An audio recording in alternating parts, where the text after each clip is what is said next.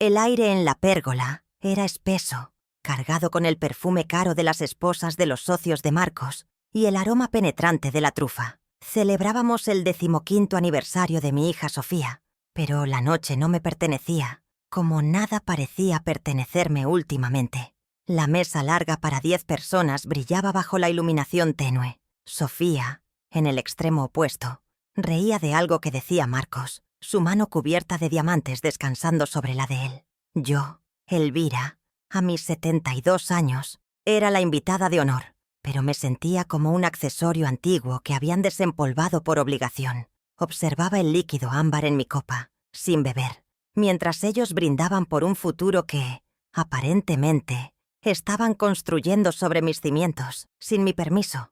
El murmullo de la celebración se silenció cuando el mesero, con movimientos ensayados, deslizó la carpeta de cuero negro sobre la mesa, exactamente frente a Marcos. Él la abrió con la suficiencia de quien nunca ha dudado de su derecho a pagar. Vi el total. $1.200. Una cena extravagante. Saqué mi propia billetera. Un gesto de autonomía que me había costado mantener.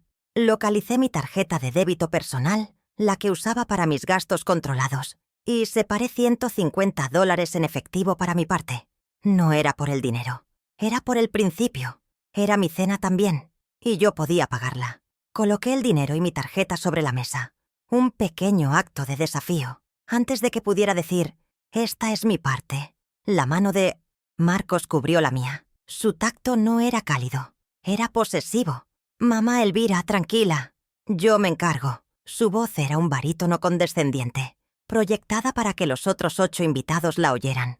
Levantó mi tarjeta con 2 dedos, como si estuviera contaminada, y me sonrió con esa piedad que reservaba para mí en público. Sentí la sangre subir a mi rostro, un calor lento y controlado. Su sonrisa se amplió, buscando la aprobación de sus socios. Usted guarde su tarjeta. No vaya a ser que la pierda, o se confunda con la clave. Hubo risas leves, educadas. La humillación fue instantánea, un golpe sordo. Sofía bajó la mirada, fingiendo un interés repentino en el patrón de la servilleta. Ella era mi hija, pero en ese momento era su esposa. Su silencio fue la daga que giró. Marcos me estaba pintando como una anciana senil, una niña que no podía manejar sus propias finanzas, y mi hija lo permitía. Retiré mi mano de debajo de la suya. Mi voz salió más baja de lo que esperaba, pero tan afilada como un cuchillo de auditoría. Marcos, sé perfectamente cuál es mi clave. Devuélvemela. No parpadeé. Era el tono que usaba en Deloitte & Touche cuando un gerente intentaba ocultar una discrepancia de centavos. Por un segundo su sonrisa vaciló, sorprendido por la firmeza. Pero se recuperó, soltó una risita y simplemente me ignoró, dándole la espalda para hablar con el mesero. Me había descartado. Fue entonces cuando lo vi. El objeto pista. Marcos no sacó su propia billetera. Sacó un tarjetero de piel de cocodrilo y extrajo una tarjeta negra, metálica, que brilló bajo la luz. La reconocí de inmediato. Era mi tarjeta Black, una extensión de mi cuenta principal, la que abrí en 1998. La cuenta que contenía la mayor parte de mi patrimonio. Se la había dado a Sofía hacía 5 años, con instrucciones claras, solo para emergencias médicas. Pagar una cena de $1.200 mientras se burlaba de mi competencia no era una emergencia médica. Él firmó el recibo con un garabato, arrogante, como un rey firmando un decreto. Los invitados aplaudieron su generosidad. Me devolvió mi tarjeta de débito, dándome una palmadita en la mano. «¿Ves, mamá? Todo resuelto». Yo asentí, guardando mi tarjeta y la ira fría que la acompañaba. Él creía que me había silenciado, que yo era una anciana confundida que olvidaría esto mañana. Pero yo no estaba confundida. Estaba furiosa. Y una contadora auditora, incluso jubilada, sabe exactamente qué hacer cuando ve un gasto no autorizado. La cena terminó con abrazos falsos. Mientras me ponía el abrigo, Marcos le susurraba a uno de sus socios. «Pobre Elvira, la memoria le falla cada día más». Yo ajusté mi bufanda. Él creía que me estaba cuidando, pero yo había visto la tarjeta Black. Él pensaba que la noche era sobre su aniversario. Para mí, se había convertido en el inicio de una auditoría forense. ¿Qué otras emergencias había estado pagando con mi dinero? ¿Y qué tan profunda era la confusión que planeaban atribuirme? Esa tarjeta, Black en la mano de Marcos, no era solo un gasto. Era el eco de 40 años de mi vida profesional. Una vida que había pausado y sacrificado por ellos. Yo no era una anciana senil. Era Elvira, la contadora auditora que había manejado millones. Mi mente regresó a 1995. Estaba en la oficina de Deloitte & Touche. El socio principal, el señor Ramírez, me ofrecía el puesto de socia. Era la culminación de mi carrera. Pero esa misma semana, Sofía, mi hija, fue diagnosticada con una neumonía atípica, severa. Los médicos dijeron que la recuperación sería larga, incierta. El puesto requería viajes internacionales inmediatos. Mi hija necesitaba cuidados en casa. Recuerdo el olor a antiséptico de la habitación de Sofía, que se convirtió en mi oficina y mi mundo durante 6 largos meses. Rechacé la promoción. Le dije al señor Ramírez que mi familia era primero. Él entendió, pero la oportunidad nunca volvió a presentarse. Me quedé como auditora senior hasta mi jubilación. Sacrifiqué el prestigio, los ingresos futuros, la esquina de la oficina con vistas, todo por esos 6 meses críticos al lado de su cama, asegurándome de que respirara cada noche. Verla sanar fue mi única recompensa, y por años creí que había sido suficiente. Mi hija sanó, creció y se enamoró de Marcos. En 2010, él llegó a mi sala con planos y proyecciones brillantes. «Elvira, esto es una mina de oro», dijo, hablando de su consultora de marketing. Necesitaba capital inicial. Yo acababa de recibir mis fondos de retiro. Confiando en la felicidad de mi hija, le entregué $80,000 de ese fondo. «Es un préstamo, Marcos», le dije firmemente. «Necesito que firmemos un pagaré». Él sonrió, esa misma sonrisa condescendiente del restaurante. «Por supuesto, suegra. Déjeme arreglarlo con los abogados». El pagaré nunca llegó. El dinero desapareció en menos de 1 año. La consultora existía, sí, pero más como una fachada para sus gastos que como un negocio rentable. Cuando pregunté por los pagos del préstamo, Marcos se reía. «Suegra, eso fue una inversión de familia. Estamos construyendo un patrimonio». Mi dinero, ganado en décadas de trabajo meticuloso, se convirtió en su Audi A8 y en cenas caras. Nunca vi un contrato, ni un plan de pago, ni un centavo de vuelta. Sofía me pedía paciencia. «Él sabe lo que hace, mamá». Yo, la auditora, había cometido el error más básico: confiar sin documentación. Y no fue la única vez. Años antes, entre 2005 y 2008, Sofía quiso hacer una maestría en diseño. Era su sueño, pero costaba $25,000 que no tenían. Yo todavía trabajaba. Para pagarlo, tomé turnos dobles de auditoría los fines de semana durante esos 3 años. Mientras mis colegas planeaban su retiro, yo pasaba mis sábados y domingos encerrada en salas de conferencias frías, revisando libros contables de clientes corporativos, mis ojos ardiendo bajo la luz fluorescente. Cada crédito de su maestría fue pagado con mi agotamiento. Fueron 3 años sin descanso. Llegaba a casa los domingos por la noche, el olor a papel y tinta de impresora impregnado en mi ropa, solo para preparar mi semana regular en la firma. Mis manos, que deberían estar descansando, se llenaron de artritis por teclear sin parar. Lo hice para darle a ella las herramientas que yo había sacrificado. Quería que fuera independiente, que tuviera más opciones de las que yo tuve. Verla graduarse, con el diploma en la mano, me hizo sentir que esos fines de semana perdidos valieron la pena. Ahora, esa misma hija observaba cómo su esposo me trataba como a una incompetente. La ironía era amarga. Los sacrificios se habían borrado de su memoria, reemplazados por una narrativa conveniente de mi senilidad. Todo empezó sutilmente. «Mamá, no entiendes de tecnología bancaria. Déjame ayudarte con eso». Era más fácil que yo le diera mis claves a que ella aprendiera a tener paciencia y explicarme la nueva interfaz. Yo, que había implementado sistemas de contabilidad digital en los 90, ahora era tratada como una analfabeta tecnológica. Luego la narrativa se solidificó. «Mamá, déjanos manejar tus finanzas. Te estresas demasiado». Fue una toma de control silenciosa. Mi acceso a las cuentas principales fue restringido.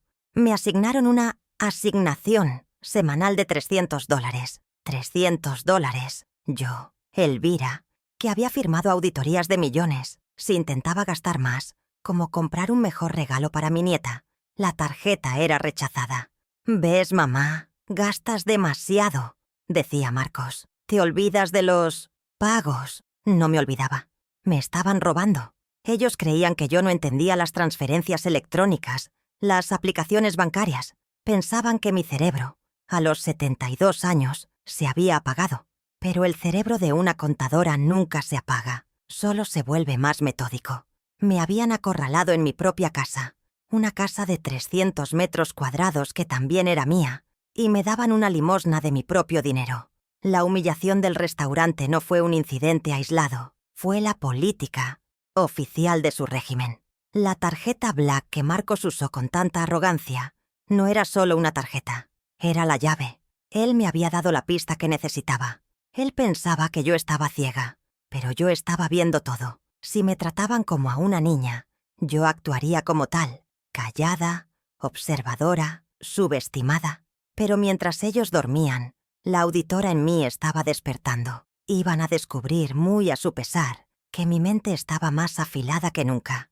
Me quitaron el acceso, pero olvidaron algo crucial. Mi nieta Laura. Ella, a sus 19 años, era experta en esa tecnología que supuestamente yo no entendía. Ella era mi aliada, aunque todavía no lo supiera. Marcos y Sofía me habían encerrado en una jaula dorada, pero habían dejado la puerta digital entreabierta. Iba a recuperar el acceso. Iba a ver exactamente qué emergencias estaba cubriendo mi fondo de retiro. Me dieron una asignación de $300. Yo empecé a planear cómo recuperar mis $850.000. La fiesta había terminado, pero mi trabajo apenas comenzaba. Regresé a casa esa noche, saludé al portero y entré en la oscuridad de mi propia casa. Ellos ya dormían, agotados por su celebración. Yo me dirigí a mi antiguo escritorio. Era hora de abrir los libros. Regresé a mi estudio esa noche, cerrando la puerta con un cuidado que no usaba en años. El silencio de la casa era mi cómplice. Marcos y Sofía dormían profundamente, satisfechos de su generosidad fingida. Pero yo estaba despierta, la adrenalina de la auditora fluyendo por mis venas. La tarjeta Black había sido la llave, pero ahora necesitaba abrir la bóveda. El primer paso no requería tecnología, sino psicología. Necesitaba confirmar su dolo, su intención deliberada de robarme, no solo de manejar mi dinero. Necesitaba una trampa que pudieran atribuir a mi senilidad. Abrí mi antiguo escritorio de roble, el que usé durante mis 40 años en la firma. El olor a papel viejo y cera de muebles me ancló. Ignoré los archivos de impuestos, recientes, y busqué en el fondo, sacando un pesado libro de contabilidad de 1985, uno con cubierta de cuero agrietado. Era un objeto que gritaría «olvidado». De mi caja fuerte personal, saqué un fajo de billetes, $5.000 en efectivo. Una suma lo suficientemente grande como para tentar, pero lo suficientemente pequeña como para que yo olvidara dónde la puse. Deslicé el sobre entre las páginas de débitos y créditos. Dejé el libro visible sobre el escritorio, no escondido, pero tampoco obvio. Lo coloqué justo al lado de mi pluma fuente, como si hubiera estado consultándolo y me hubiera distraído. Era un cebo perfectamente curado. Ahora solo tenía que esperar. Sabía que Marcos entraba a mi estudio cuando yo no estaba. Lo había sospechado por cómo mis papeles a veces estaban sutilmente desordenados. Él buscaba, hurgaba, seguramente tratando de encontrar más activos que administrar. Esta vez encontraría exactamente lo que yo quería que encontrara. Pasaron 2 días. El swipe. Miércoles por la tarde fingí tomar una siesta. Dejé la puerta de mi dormitorio entreabierta, al igual que la de mi estudio. Escuché sus pasos en el pasillo. Eran los pasos de Marcos, más pesados que los de Sofía. Se detuvo. Entró a mi estudio. Hubo silencio, el silencio de alguien que busca. Luego, el sonido distintivo de una cubierta de libro pesado, abriéndose. Contuve la respiración.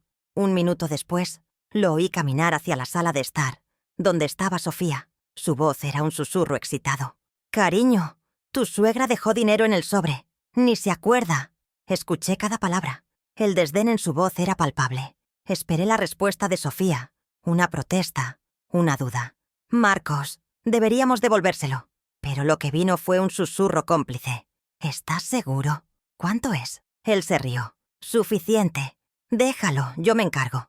Es mejor que lo administremos nosotros antes de que lo pierda. Mi hija, mi Sofía, acababa de aprobar el robo.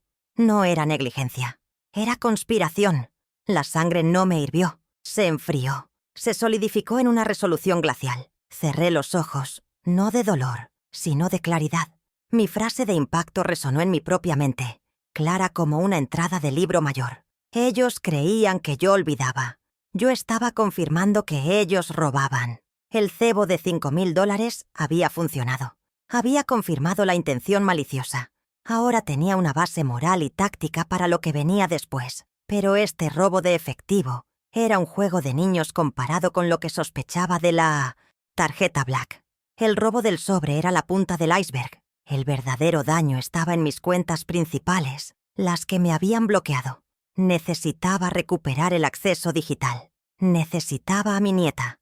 Laura, con sus 19 años y su habilidad innata para la tecnología, era mi única aliada interna. Ella veía la dinámica. «¿Por qué el abuelo Marcos te trata así, abuela? Tú no estás loca», me había dicho la semana pasada. Ella era la única que validaba mi realidad. La abordé esa noche, el martes, cuando Marcos y Sofía habían salido a una cena de negocios. «Laura, cariño, necesito tu ayuda. Es sobre mi banca en línea». Le expliqué que Marcos había optimizado mis contraseñas y que ya no podía entrar.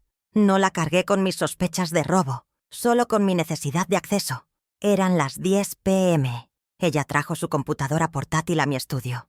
«No te preocupes, abuela. Si la cuenta sigue a tu nombre y tienes tu identificación, podemos recuperar el acceso». Sus dedos volaron sobre el teclado, navegando por pantallas de verificación de identidad, respondiendo preguntas de seguridad que yo había establecido décadas atrás. Marcos había cambiado la contraseña, pero no había cambiado los correos electrónicos de recuperación ni mis preguntas secretas. En 15 minutos, oímos el satisfactorio clic de un inicio de sesión exitoso. «Estás dentro, abuela», dijo Laura sonriendo.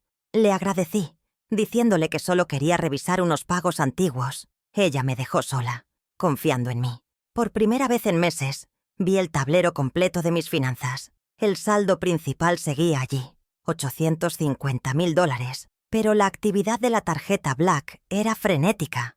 Abrí los estados de cuenta de los últimos 12 meses, tal como la premisa indicaba.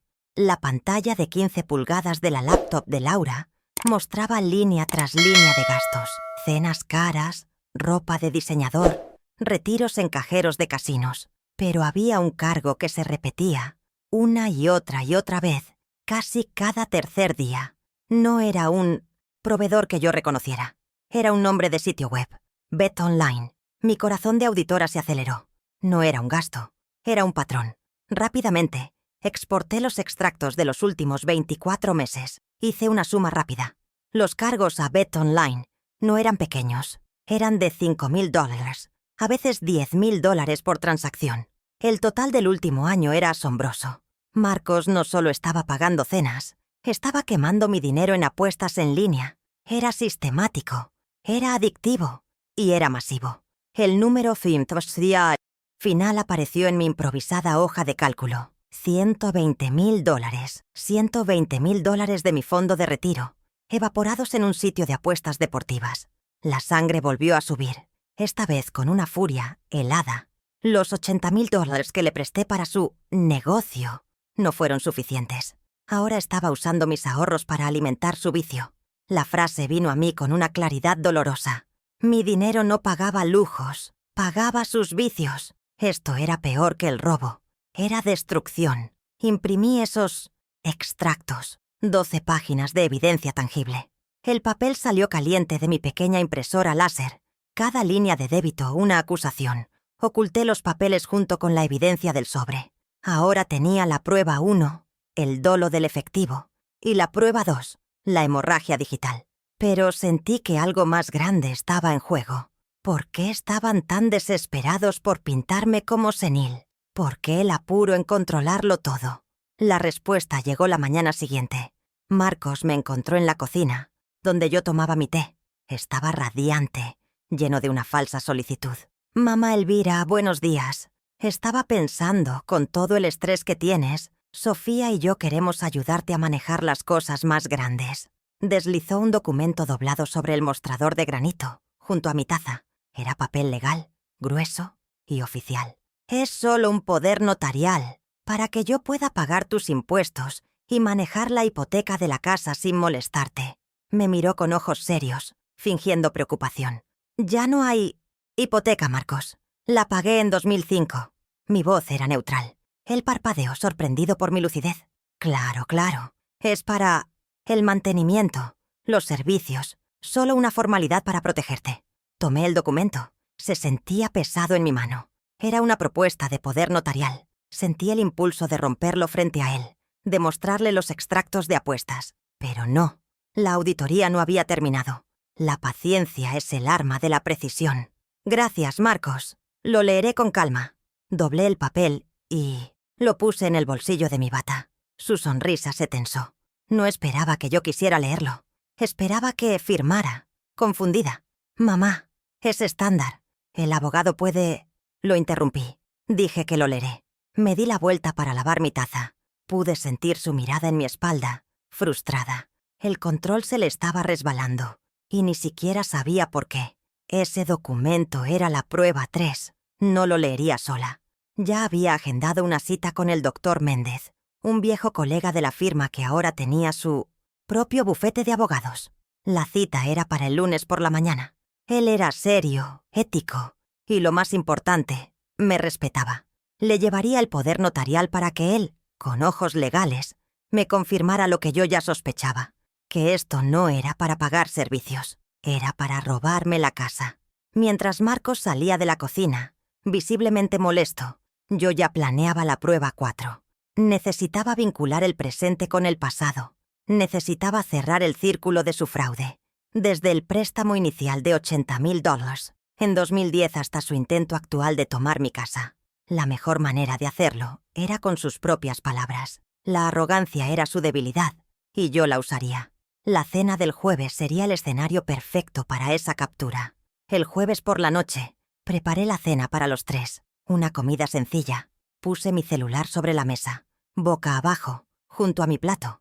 Entre los cubiertos, inicié la grabadora de voz mientras servía el vino. Era un gesto natural. A menudo tenía mi teléfono cerca. Esperé a que estuvieran relajados, hablando de sus planes para el fin de semana, de una gran fiesta que Marcos quería organizar en la casa para uno de sus socios. «Hablando de negocios, Marcos», dije, mi tono casual. «El otro día recordaba tu consultora. Han pasado 14 años desde ese préstamo de $80,000 que te di en 2010. ¿Cómo van las cosas con eso?» Sofía se tensó inmediatamente. Marcos dejó su tenedor. Me miró y luego soltó una carcajada, fuerte y despectiva. Era exactamente la reacción que esperaba. «¿Mamá? ¿En serio? ¿Todavía con eso?» Sacudió la cabeza, mirando a Sofía como si yo fuera un caso perdido. «Mamá, eso fue un regalo. Ya supéralo. ¿O quieres un recibo?» Su tono era burlón, cruel. Sofía no dijo nada. Solo cortaba su comida en pedazos diminutos. El micrófono del teléfono capturó cada sílaba de su desprecio, cada matiz de su admisión de que nunca tuvo la intención de pagarme. Asentí lentamente, tomando un sorbo de agua. «Solo era una pregunta, querido». Terminé mi cena en silencio. Más tarde esa noche, en mi estudio, detuve la grabación. Guardé el archivo de audio. Era la prueba 4, la deuda que él olvidó.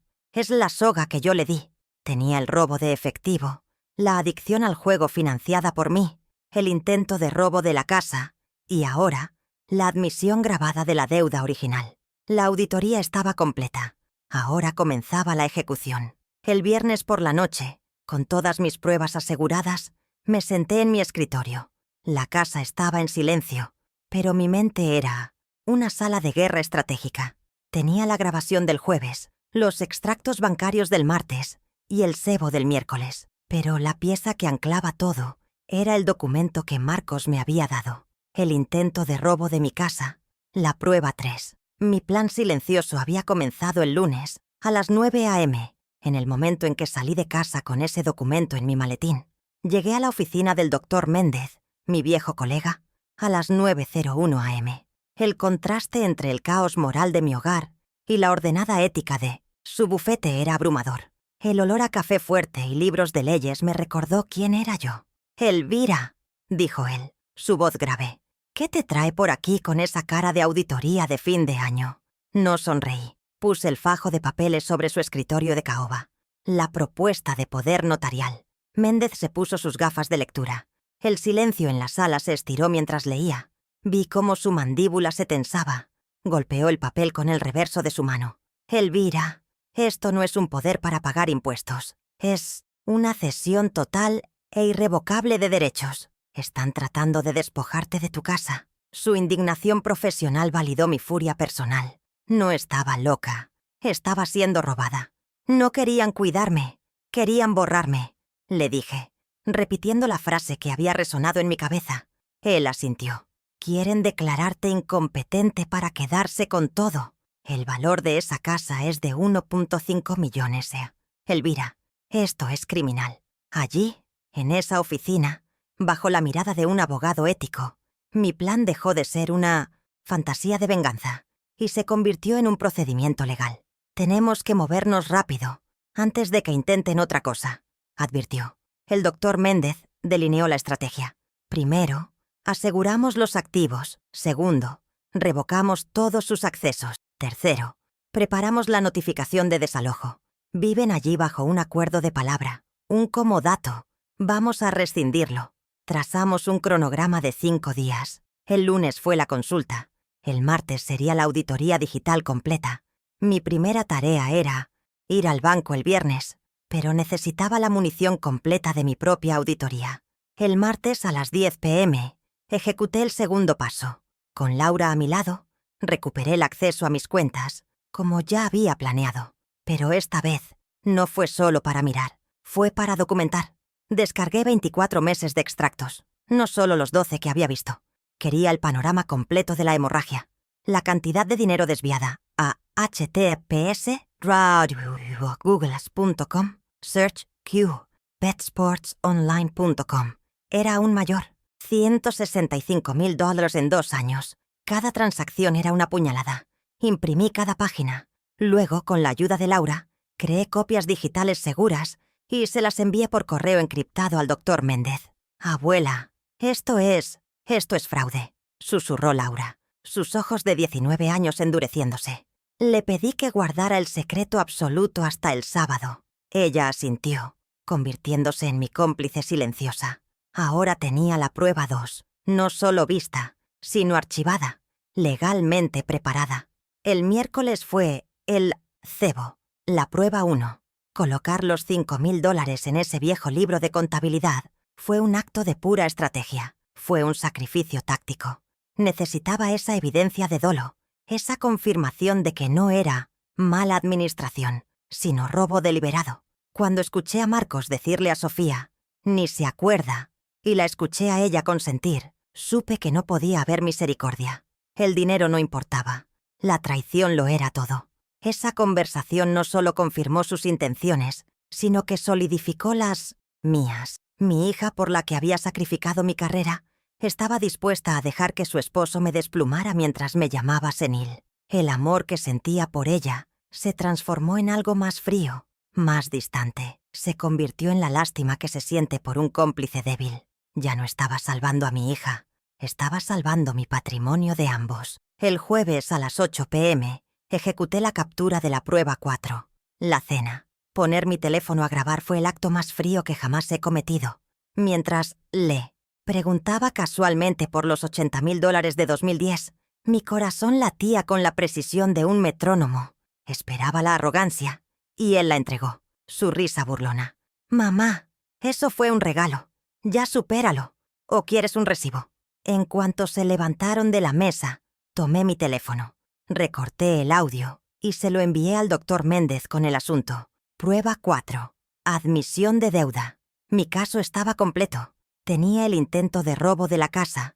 Prueba 3. La hemorragia de las apuestas. Prueba 2. El robo de Efectivo.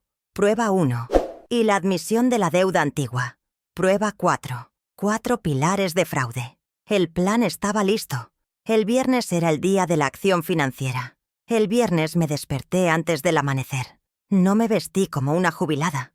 Me puse el traje de chaqueta azul marino que usaba para las reuniones importantes en Deloitte.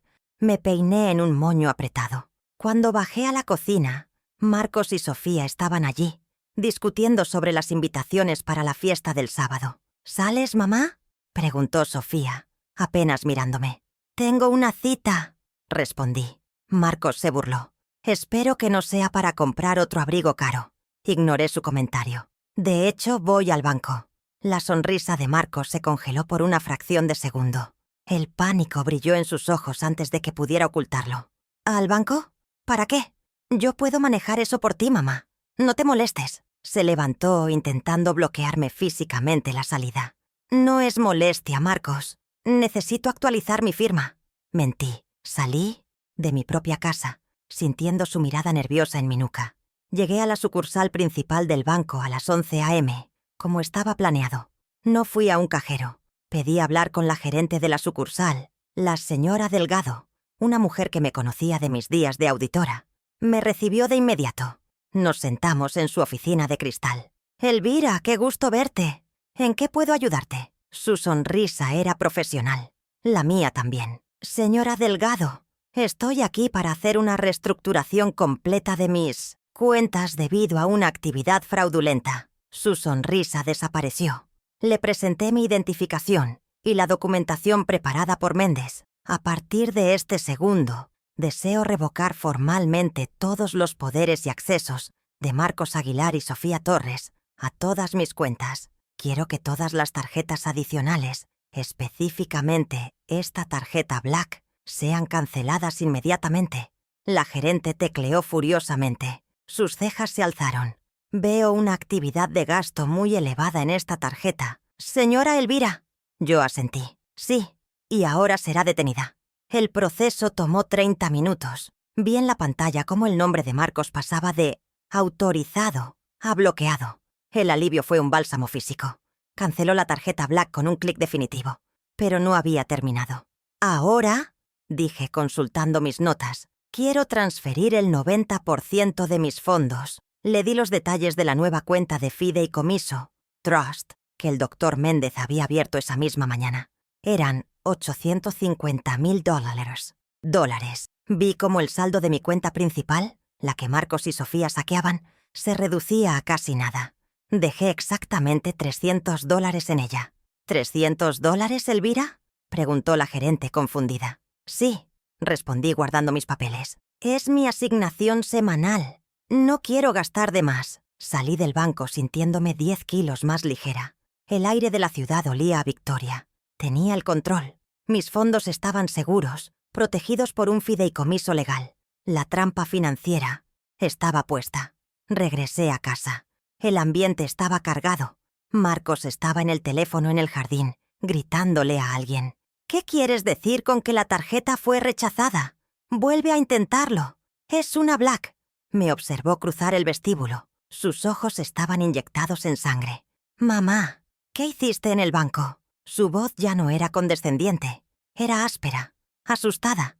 Me detuve y lo miré con la calma más absoluta. «Solo actualicé mi firma, querido». «¿Hay algún problema?» Se quedó sin palabras, su mente privilegiada incapaz de procesar que yo, la anciana senil, pudiera haberlo superado. Se acercaba la tormenta, y él ni siquiera sabía de dónde soplaba el viento. El sábado era la fiesta de compromiso de un socio de Marcos, una gran celebración en mi jardín, con 50 invitados, financiada enteramente con la ilusión de mi dinero. Marcos había logrado que el catering aceptara un pago posterior, prometiéndoles el pago con la tarjeta Black al final de la noche. Él creía que era un error del sistema bancario, pero ahora esa fiesta sería mi escenario. Sería el lugar donde la auditoría final sería presentada. Ellos planeaban una celebración. Yo planeaba una ejecución pública. La calma estratégica que sentí al salir del banco el viernes se asentó sobre mí como un manto frío. Regresé a la casa, que ahora se sentía más mía que en la última década, y me senté en la sala de estar principal. Abrí un pesado libro sobre impuestos victorianos, no para leer, sino como camuflaje. Esperé. Sabía que la acción que tomé a las 11 a.m. tendría una reacción antes del anochecer. Marcos estaba desesperado por la fiesta del sábado. Era un evento crucial para su reputación, para atraer nuevos socios a su fraudulenta consultora. Y esos eventos requieren pagos por adelantado. La pequeña victoria estaba en el aire, esperando aterrizar. A las 4:30 p.m. sonó el timbre. No era un invitado, era el equipo de catering. Vi a través de la ventana cómo estacionaban su camioneta de alta gama. Un hombre de traje, el señor Vaso, el dueño, se acercó a la puerta. Marcos lo recibió con una efusividad exagerada. Estaban en el vestíbulo, un espacio semipúblico, donde yo podía verlos y oírlos perfectamente desde mi asiento. «Vaso, justo a tiempo. El jardín está listo para ustedes», dijo Marcos, dándole una palmada en la espalda. El señor Vaso no sonrió. Sostenía una tableta. «Señor Aguilar, excelente. Solo necesitamos liquidar el depósito del 50% antes de descargar el equipo, como acordamos». Marcos soltó una risita, como si el dinero fuera una vulgaridad menor. «Por supuesto, por supuesto». Metió la mano en el bolsillo de su chaqueta de lino y sacó el tarjetero de piel de cocodrilo. Sus movimientos eran de pura arrogancia. Todavía no sabía que su fuente de poder había sido cortada. Sacó la tarjeta Black, mi tarjeta, y se la entregó al señor Vaso. «Aquí tienes. Cárgala completa si quieres. No hay problema». Se giró para guiñarme un ojo, pero yo estaba absorta en mi libro. «Mamá, Elvira, aprendiendo nuevos trucos», bromeó, pero su voz tenía un filo de nerviosismo. El señor Vaso deslizó la tarjeta por el lector portátil conectado a su tableta. Hubo un pitido agudo, seguido de un zumbido de error. El silencio se prolongó. Marcos dejó de sonreír. «¿Pasa algo?» El caterer frunció el ceño, mirando la pantalla.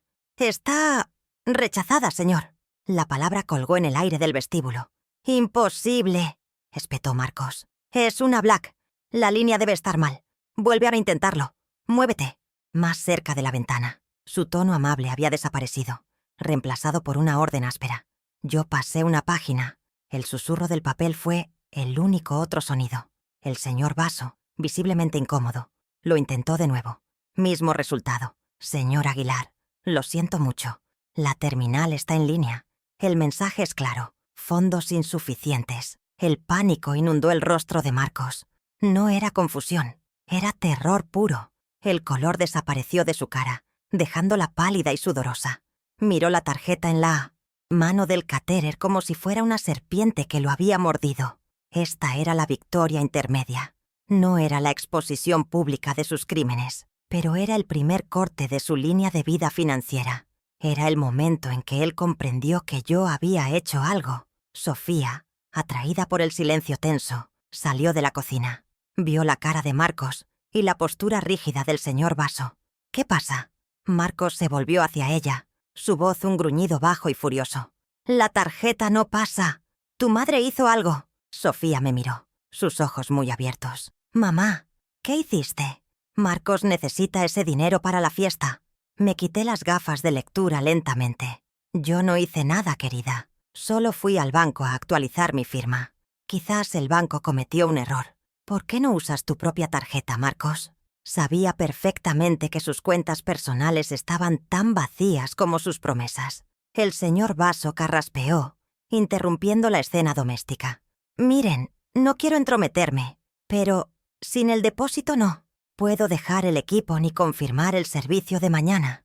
Tengo otros clientes». El pánico de Marcos se convirtió en desesperación. Sacó su propia billetera, la de su consultora, y le dio al hombre una tarjeta de débito regular. «Rechazada». Otra tarjeta de crédito. Límite excedido. Estaba financiera y socialmente desnudo frente a un proveedor. La dinámica de poder en la casa se había invertido. El rey estaba en su castillo, pero su tesoro había desaparecido. Finalmente, humillado, Marcos sacó una chequera. «Toma», dijo escribiendo rápidamente. «Es un cheque de la empresa. Cúbrelo. Cúbrelo el lunes por la mañana. Te lo juro. Es solo un error del sistema». El señor Vaso miró el cheque con profunda desconfianza. pero sabía que era eso, o perder todo el contrato. Está bien, señor Aguilar. Confiaré en usted esta vez. Pero si este cheque no tiene fondos, el lunes a las 9 a.m. No necesitó terminar. Marcos lo empujó hacia la puerta, forzando una sonrisa. Sí, nos vemos mañana. Se cerró la puerta. Marcos se apoyó contra ella, respirando agitadamente. Luego, giró lentamente. Sus ojos se clavaron en mí. Ya no me veía como una anciana senil. Me veía como el enemigo. El sábado por la noche, el jardín estaba irreconocible. Marcos había gastado miles de mi dinero que él creía aún disponible. En luces de hadas, un cuarteto de cuerdas y un bar abierto. 50 invitados, la élite de sus socios y clientes potenciales, circulaban por mi césped, bebiendo champán. Eran las 9 p.m. El aire olía a rosas y a la carne cara del catering. Yo observaba desde la terraza, vestida con mi traje azul marino, una copa de agua en la mano. Marcos, ajeno al cheque sin fondos que había emitido, estaba en el centro, radiante. La humillación del día anterior había sido olvidada, reemplazada por su arrogancia habitual. Él subió a un pequeño estrado iluminado y golpeó suavemente el micrófono. El cuarteto de cuerdas se silenció. Amigos, socios, familia, bienvenidos. Su voz resonaba, aceitosa y segura. Habló durante 10 minutos sobre éxito, sobre visión y sobre la importancia de la familia como pilar. Sofía lo miraba con adoración, sus ojos brillando por el alcohol y la negación. «Nada de esto», dijo él, abarcando mi casa con un gesto. «Sería posible sin el apoyo incondicional de mi maravillosa esposa, Sofía, y, por supuesto, de mi querida suegra, Elvira, que, bueno, es nuestra inspiración». Me dedicó una sonrisa condescendiente. Terminó su discurso con un brindis. Por su socio, el festejado. Hubo aplausos educados. Mientras la música estaba a punto de reanudarse, levanté mi mano. «Marcos, si me permites, me gustaría decir unas palabras». Mi voz fue tranquila, pero cortó el murmullo. El técnico de sonido, sorprendido, me pasó el micrófono inalámbrico. 50 pares de ojos se volvieron hacia mí. La anciana senil. Marcos no podía negarse sin parecer grosero. Su sonrisa se tensó. «Por supuesto, mamá. Sé breve». Caminé lentamente hacia el centro del césped, bajo la luz principal. «Gracias, Marcos», comencé, mi voz firme y amplificada por los altavoces del jardín. «Tu discurso sobre el éxito fue muy revelador. Mencionaste el apoyo familiar». Me giré para mirarlo directamente. El silencio era total. La platea de socios observaba. «Me hizo recordar tu primer gran éxito, tu consultora de marketing. ¿Recuerdas los $80.000 que te presté en 2010 para empezarla? Fue una gran muestra de apoyo. ¿No es así?» El color desapareció del rostro de Marcos. Sofía se puso de pie abruptamente. Marcos intentó reírse, pero sonó como un ahogo. Se acercó a mí, tratando de tomar el micrófono. «Mamá, ahora no es el momento de tus confusiones. Hablamos de eso luego». Lo esquivé. «No, hablemos ahora. Dijiste que fue un regalo, ¿verdad?» Él me miró con odio puro. «Fue un regalo», siseó. «Ahora siéntate». Los invitados murmuraban, incómodos. «Es curioso», dije sacando mi teléfono de mi bolsillo, «porque parece que tengo un recuerdo diferente. Pero ya que mi memoria es tan frágil, decidí grabar el tuyo». Ante la mirada de todos, activé el Bluetooth de mi teléfono. Le había pedido a Laura que lo sincronizara con el sistema de sonido del jardín antes de la fiesta. Un segundo después, el audio de la cena del jueves resonó entre los árboles y las mesas elegantes. La voz de Marcos, clara y burlona. «Mamá, eso fue un regalo. Ya supéralo. ¿O quieres un recibo?» El silencio que siguió fue absoluto, pesado, roto solo por el sonido de una copa al caer. Los socios de Marcos lo miraban, sus rostros convertidos en máscaras de piedra. Marcos estaba paralizado, lívido. La arrogancia se había desvanecido, reemplazada por la furia desnuda de ser expuesto. Ya no era el encantador anfitrión, era un fraude grabado. Sofía corrió a su lado, pálida como un fantasma. «Mamá, basta. ¿Qué estás haciendo? Estás confundida. No sabes lo que dices. Apaguen eso». Intentó arrebatarme el teléfono, pero lo guardé. Ella se volvió hacia los invitados, desesperada. Mi madre no está bien. Está enferma. Se inventa cosas. Sostuve su mirada. No estoy confundida, hija. Mi voz era fría, quirúrgica. Me volví hacia los invitados, que ahora eran un jurado cautivo. Mi hija cree que estoy confundida. Quizás porque ella misma elige estarlo. De mi maletín, que había dejado cerca, saqué el primer fajo de papeles. Los extractos bancarios. La prueba 2. Sofía piensa que me invento cosas. Quizás también me inventé los $120,000 que tu esposo, señalé a Marcos, gastó de mi cuenta personal en el último año en este sitio web. Levanté el primer extracto, donde había resaltado en amarillo brillante el nombre del destinatario. Se llama Bet Online. Parece ser una emergencia médica muy recurrente, ¿no lo creen? La cantidad, $120,000, flotó en el aire nocturno. Los socios de Marcos, hombres de finanzas e inversión, entendieron inmediatamente la implicación. Un apostador compulsivo, un riesgo, un socio que miente. Marcos se abalanzó. «Eso es mentira. Esos papeles son falsos. Me hackearon». Su voz era estridente, histérica. Estaba perdiendo el control que yo mantenía. «No son falsos, Marcos», dije con calma. «Son copias certificadas por el banco. Las obtuve el viernes». Caminé hacia la mesa principal, donde estaban sentados sus dos socios más importantes, y les entregué las copias de los extractos. «Ustedes son hombres de números. Verifiquen el patrón». Vi sus ojos escanear las páginas. Vi la comprensión, seguida del desprecio. Uno de ellos miró a Marcos con una frialdad que congeló el aire. «Marcos», dijo el socio, su voz grave, «nos dijiste que tus finanzas estaban sólidas. Esto es». No terminó. No necesitaba hacerlo. La reputación de Marcos se estaba desangrando sobre el césped de mi jardín. Sofía estaba llorando abiertamente. Sus sollozos eran el único sonido, además de la música lejana de un vecino.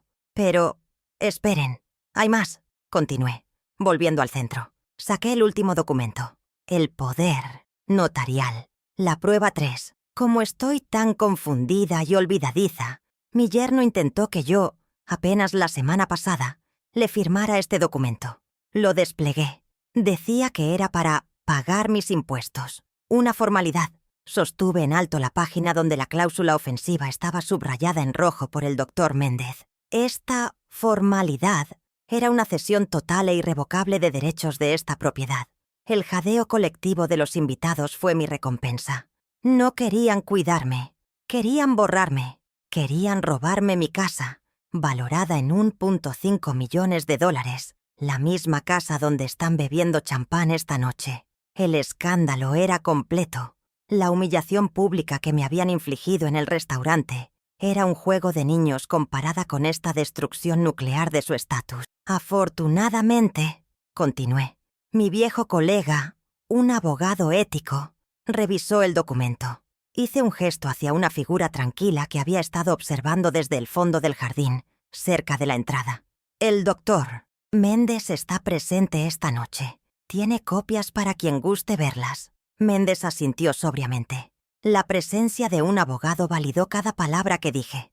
Ya no era la palabra de una anciana senil contra la de un empresario exitoso. Era evidencia. En ese preciso instante, ocurrió la primera consecuencia. El teléfono de Marcos, que estaba sobre el atril del discurso, vibró con fuerza. 1, 2, 3 veces. Eran alertas de texto. El señor Basso, el dueño del catering, estaba en la entrada. Su rostro rojo de furia. Le gritó al técnico de sonido. «¿Dónde está el señor Aguilar? El pago fue rechazado». Todas las cabezas giraron hacia Marcos. El pánico en sus ojos era ahora el de un animal atrapado. Miró su teléfono. «Fondos insuficientes». Me acerqué al micrófono por última vez. Mi voz, ahora serena, casi amable. «Ah, Marcos, olvidé mencionarlo». Él me miró, sus ojos suplicando silencio, pero yo no tenía piedad que ofrecer. «La tarjeta Black con la que intentaste pagar fue cancelada. Ayer por la mañana, a las 11 a.m. Hice una pausa, dejando que la información se asentara. «Junto con todos tus accesos, la cuenta está vacía. Bueno, casi. Dejé $300, tu asignación semanal». La primera consecuencia fue el dinero. La segunda fue el techo sobre sus cabezas.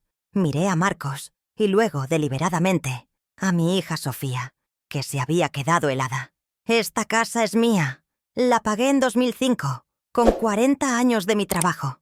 Y ustedes dos», mi voz no tembló, «han vivido aquí gratis, bajo mi hospitalidad, mientras me robaban». Sofía sollozó. «Mamá, por favor, tienen 30 días para desalojarla». La sentencia fue clara, irrevocable. «El doctor Méndez», señalé de nuevo al abogado, que ahora se acercaba con un sobre timbrado, «les entregará la notificación formal de rescisión de comodato mañana por la mañana. Empaquen sus cosas. 30 días. Legal, limpio, despiadado». El pánico de Sofía se convirtió en terror existencial. Había elegido al hombre equivocado, y ahora perdía tanto al esposo como el hogar. La tercera consecuencia fue inmediata. La reputación, los socios, aquellos hombres que Marcos tanto intentaba impresionar, no dijeron nada, simplemente se levantaron en silencio. Uno por uno, dejaron sus copas de champán sobre las mesas. El socio principal, el que había leído los extractos de apuestas, se acercó a Marcos. «Considera nuestro acuerdo terminado, Aguilar, y espera una auditoría de nuestra inversión en tu consultora». Le dio la espalda y se dirigió a Saswire. La salida, pasando junto a mí, hizo una breve inclinación de cabeza. «Señora Elvira», fue un gesto de respeto. El respeto que mi yerno y mi hija me habían negado. Los otros 49 invitados los siguieron. Fue un éxodo masivo, silencioso, como un funeral. Nadie miró a Marcos. Nadie consoló a Sofía. Dejaron la fiesta, la comida sin tocar, el cuarteto de cuerdas en silencio. En menos de 5 minutos, el jardín estaba vacío. Solo quedábamos los tres, de pie bajo las luces de hadas que ahora parecían burlonas. El señor Basso, el del catering, se acercó a mí. «Señora, lamento esto, pero ¿y mi pago?». Lo miré. «Hablé con el doctor Méndez. Yo no ordené esta fiesta». El hombre asintió y fue a interceptar al abogado. Marcos estaba quebrado. No solo financieramente, sino espiritualmente. Cayó de rodillas sobre el césped, su traje caro arruinado. No gritaba, solo emitía un sonido sordo, un quejido. Sofía lo miraba, perdida, sin saber a quién acudir. Al hombre que la había arruinado o a la madre que había ejecutado la sentencia. Yo los observé por un momento. La auditoría estaba cerrada. El balance estaba, por fin, ajustado. Me di la vuelta y entré a mi casa. No les dije nada más. El silencio era mi declaración final. Subí las escaleras, el sonido de los sollozos de mi hija y los quejidos de Marcos desapareciendo detrás de mí. Entré a mi estudio, cerré la puerta y por primera vez en 15 años sentí que el aire en mi propia casa era limpio. El poder había regresado a su dueña legítima. Los siguientes 30 días fueron un ejercicio de logística sombría. Observé, desde la ventana de mi estudio, cómo una camioneta de mudanzas barata, no la flota de alta gama que habían usado para traer sus muebles de diseñador, se estacionaba frente a mi casa. Marcos y Sofía se movían como fantasmas grises, empaquetando sus vidas. No hubo gritos, ni más confrontaciones. La exposición en el jardín los había vaciado de toda lucha. Marcos evitaba mi mirada, su arrogancia, reemplazada por una humillación sorda. Sofía, por otro lado, parecía encogida, su rostro pálido e hinchado por el llanto constante. El día que se fueron, me entregó su llave de la casa. Sus dedos temblaban. No dije adiós, simplemente tomé la llave y cerré la puerta. El clic de la cerradura fue el sonido más satisfactorio que había escuchado en 15 años. El silencio que siguió fue profundo. Durante la primera semana caminé por mi casa de 300 metros cuadrados, redescubriendo sus espacios. El olor a perfume caro de Sofía y al tabaco de los puros de Marcos se disipó lentamente, reemplazado por el aroma a cera de limón y a mis viejos libros. Hice que cambiaran todas las cerraduras, una formalidad recomendada por el doctor Méndez. Reorganicé la sala de estar, quité los muebles ostentosos que Marcos había comprado, con mi dinero, y traje mis propios sillones clásicos de la bodega. La casa dejó de ser un escenario para sus vidas y volvió a ser mi hogar. La paz no era solo ausencia de conflicto, era la presencia de mi propio orden. Pasaron 2 meses. El otoño se instaló, pintando los árboles de mi jardín de oro y ámbar. El césped, que había sido el escenario de mi clímax, estaba ahora cubierto de hojas. Mi nueva rutina era tranquila, pero firme. Me levantaba a las 6 a.m., leía los periódicos financieros con mi café y luego trabajaba 4 horas en mi escritorio. El doctor Méndez y yo habíamos asegurado mi patrimonio en un fideicomiso de hierro. Nadie, nunca más, tendría acceso a mis fondos sin mi firma manuscrita y la aprobación de mi abogado. La ansiedad de ser monitoreada, de tener que justificar mis gastos de $300, había desaparecido. El primer domingo del tercer mes, sonó el timbre. Era Sofía, sola. Había perdido peso y el brillo de su cabello había desaparecido. Vestía ropa sencilla, no de diseñador. Me miró en el umbral, sus ojos llenos de una tristeza desoladora. «Hola, mamá. ¿Puedo pasar?» Asentí y me hice a un lado. Se sentó rígidamente en mi viejo sofá, el que ella siempre había odiado, llamándolo anticuado. Me senté frente a ella. Era la primera vez que estábamos verdaderamente a solas, sin la sombra de Marcos. En años, había venido a pedir perdón, o quizás a pedir dinero. Yo estaba preparada para ambos. «Mamá», empezó, su voz rota. Yo lo siento mucho. Estaba ciega. Él me manipuló. Me hizo creer que...» La interrumpí, no con crueldad, sino con precisión. «Sofía, estabas en negación activa porque la verdad era inconveniente para tu estilo de vida. No estabas ciega. Elegiste no ver». Sus lágrimas brotaron. «Estamos separados. Lo perdí todo. El apartamento donde vivimos es horrible». Me miró con la misma mirada suplicante de su infancia. Pero yo ya no era la madre que sacrificaba sus fines de semana. Era Elvira, la auditora. Me incliné hacia adelante, mi voz serena. «Hija, te amo. Eres mi sangre y siempre serás bienvenida en esta casa para una visita de domingo. Pero quiero que los nuevos límites sean absolutamente claros». Sostuve su mirada hasta que ella dejó de llorar y me escuchó. «Las finanzas de esta familia, lo que queda de ellas y lo que es mío, ahora las manejo yo, exclusivamente con mi abogado. No habrá más préstamos, ni inversiones, ni ayudas para fianzas. Tu relación con el dinero, como tu relación con Marcos, es algo que debes reparar tú misma». Fue la conversación más dura de mi vida, pero la más necesaria. Ella preguntó por él, Marcos. Le dije la verdad, tal como me la informó Méndez. Los socios a los que había humillado esa noche no solo habían disuelto la sociedad, habían iniciado una auditoría forense completa de la consultora, tal como habían advertido. Descubrieron años de malversación. Marcos no solo estaba quebrado, enfrentaba cargos criminales por fraude. Su adicción al juego lo había consumido todo. Su caída fue tan rápida y pública como su ascenso había sido falso. No sentí alegría. Sentí el cierre de un libro contable. Un pasivo que finalmente había sido saldado. Mi vida ahora gira en torno a mi antiguo escritorio, pero no por obligación, sino por elección. La restauración de mi dignidad no vino con aplausos, sino con el regreso silencioso de mi propósito. Mi nieta Laura, que había sido mi aliada silenciosa, me pidió ayuda. Estaba trabajando con una pequeña ONG local que ayudaba a mujeres mayores a gestionar su alfabetización financiera, protegiéndolas de fraudes. «Abuela, nadie sabe más de esto que tú», me dijo. Y así, a mis 72 años, volví a trabajar. Esta vez, pro bono. Ahora mismo, estoy en mi estudio.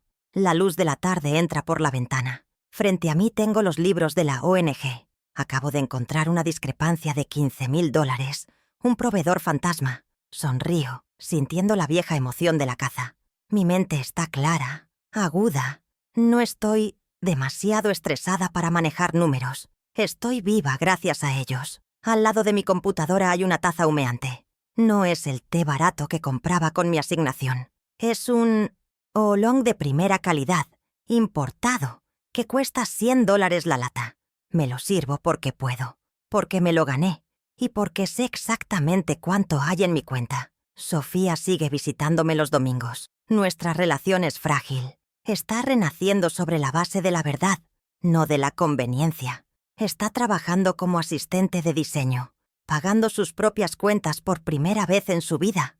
Está aprendiendo el valor de $1, un valor que yo nunca debí dejar que olvidara.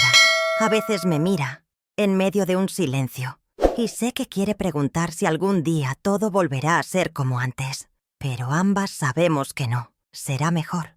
Miro la hoja de cálculo de la ONG, identificando el rastro del dinero perdido. Pienso en Marcos y Sofía, en cómo me miraban en ese restaurante, en las palabras confundida, senil, olvidadiza. Ellos necesitaban que yo fuera débil para justificar su propia codicia. Necesitaban mi demencia para ocultar su evidencia. Se convencieron a sí mismos de que mi mente se había ido porque nunca entendieron cómo funcionaba. Tomo un sorbo de mi té caro. El sabor es complejo, fuerte y claro. Me llamaron vieja y senil porque les convenía que olvidara quién era yo. Pero una contadora, por más años que tenga, nunca olvida dónde está cada centavo.